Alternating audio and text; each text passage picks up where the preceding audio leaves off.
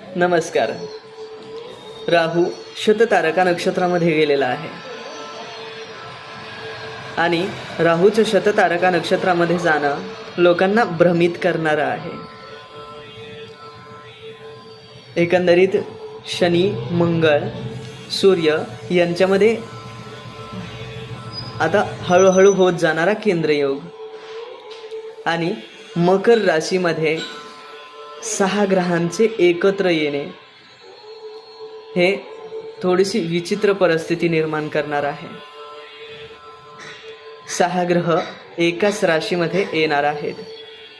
सूर्य, मंगळ, शुक्र, बुध, प्लुटो आणि चंद्र. अमावस्येच्या वेळेला गुजरात, मावळ तसेच महाराष्ट्रामध्ये असे काही विचित्र प्रसंग अनुभवायला मिळतील जे याच्या अगोदर तुम्ही खूप कमी वेळा पाहिलेले असतील. या काळात बॉम्बस्फोट, जाळपोळीचे प्रसंग, राजकारणामध्ये अनियमितता, त्याचबरोबर जनतेचा आक्रोश, जातीपातीवरून वादविवाद, मोठ्या राजकारण्यांकडून जाणून बुजून लावण्यात आलेला वाद या गोष्टी जाणवणार आहेत. वाहन अपघात या काळात खूप उच्च लेवलचे पाहायला मिळतील. जनतेमध्ये भीती निर्माण करणारे काही प्रसंग या काळात घडू शकतात. त्याचबरोबर अचानक घेतला जाणारा एखादा सरकारी निर्णय या काळात सर्वात जास्त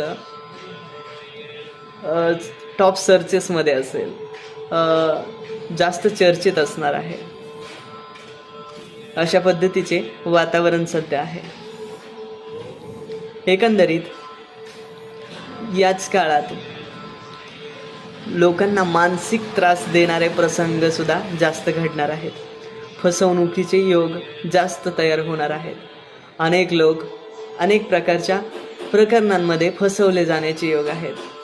त्याचबरोबर काही लोकांवर विनाकारण खटले दाखल होणे किंवा काही लोकांना विनाकारण राजकीय डावपेचातून कायदेशीर कोठडीमध्ये गुंतवणे किंवा त्यांच्यावर आरोप लावणे या सगळ्या गोष्टींचे प्रसंग या काळात संभवले जातात.